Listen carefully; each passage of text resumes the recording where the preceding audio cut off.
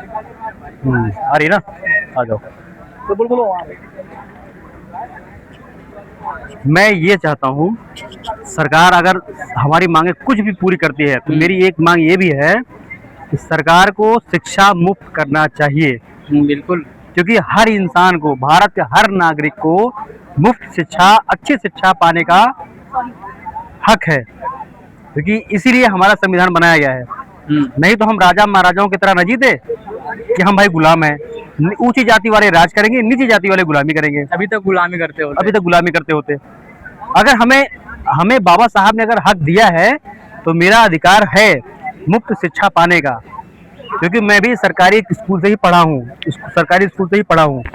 और तो और सरकारी स्कूल में जब मैं पढ़ा था तो उस समय पे शिक्षा अच्छी थी। आज मैं कई सरकारी स्कूलों में देखता हूँ कि जो टीचर्स हैं उनकी सैलरी 50-55 हजार है। अगर उनको कोई एक ऐसा शब्द लिखने के लिए बोल दिया जाता है तो वो शब्द लिख नहीं पाते हैं। तो मेरा सीधे सीधे सिस्टम से सवाल है कि आपने उनको भर्ती क्यों करा?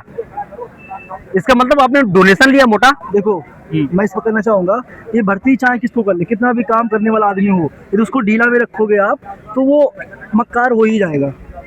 ये हमारी इंसानी प्रकृति है, ये हमारी प्रकृति है।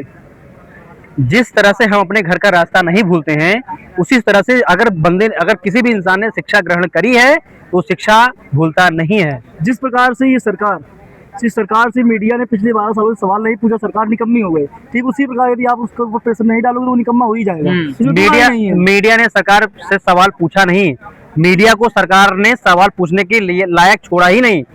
वैसे भी अगर देखें तो मीडिया से हमको कहना कि तुम्हारी बात करो, कोई लॉजिक की बात नहीं, क्योंकि वो तो अब प्राइवेट हो गए हैं। वो एक कंपनी है, कंपनी हमेशा अपना प्रॉफिट करती है, कंपनी का प्रॉफिट नहीं करती, तो हमारी आवाज क्यों उठाएगा? हमारे यहाँ सरकार से मिल रही है। यहाँ पर कहीं भी कुछ भी होता है, कहीं भी कुछ भी होता है।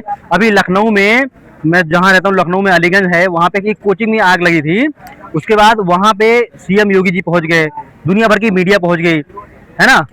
यहाँ पर हम लोग इतने दिन से प्रोटेस्ट कर रहे हैं, कोई एक ऐसे मीडिया हो जो निष्पक्ष आकर के यहाँ पे बात करती हो, उसको अपने चैनल पे दिखाएं। मैं घर जाता हूँ, न्यूज खोलता हूँ तो कोई भी एक सिंगल न्यूज रिपोर्टर ऐसा नहीं होता है जो कि ये कहे कि जंतर मंतर पे प्रोटेस्ट हो रहा है, छात्रों ने प्रोटेस्ट कर रखा है। क्यों नहीं कहता? क्योंकि ये हम लोग सरकार के खिलाफ कर रहे हैं ना। अगर हम लोग अभी यही कहते थे, इसके पीछे एक वो होती है थोड़ी सी क्रोनोलॉजी, उसको हमें समझने की जरूरत है।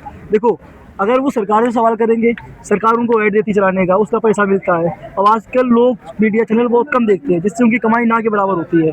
और सरकार उनको फंड करेगी, वो ऐड दिखाएंगे, और अगर सरकार के खिलाफ बोलेंगे, उनको फंड नहीं करेगी, उनको ऐड नहीं देगी, उनकी सैलरी बंद हो जाएगी। तो उनके लिए कारण ये भी है कि वो हम लोग की बात नहीं करते, करना भी नहीं चाहती है।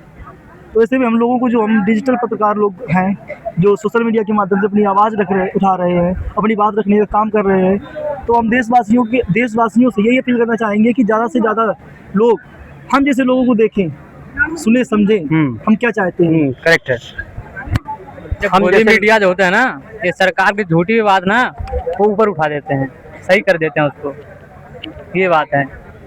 अभी आपने देखा होगा, बंगाल में झालमुड़ी खाए, इटली जाकर वहाँ पर वो मेलोडी दिए, ये सारी चीजें चल रही हैं, उनको चलाना पड़ता है। मणिपुर नहीं जा सकते हैं क्योंकि मणिपुर जल रहा है। और दूसरी चीज, हम मणिपुर में अभी इलेक्शन नहीं हो रहा है। एक वीडियो कट करो पहले, एक विषय क्लियर करते हैं, उसके बाद करते हैं।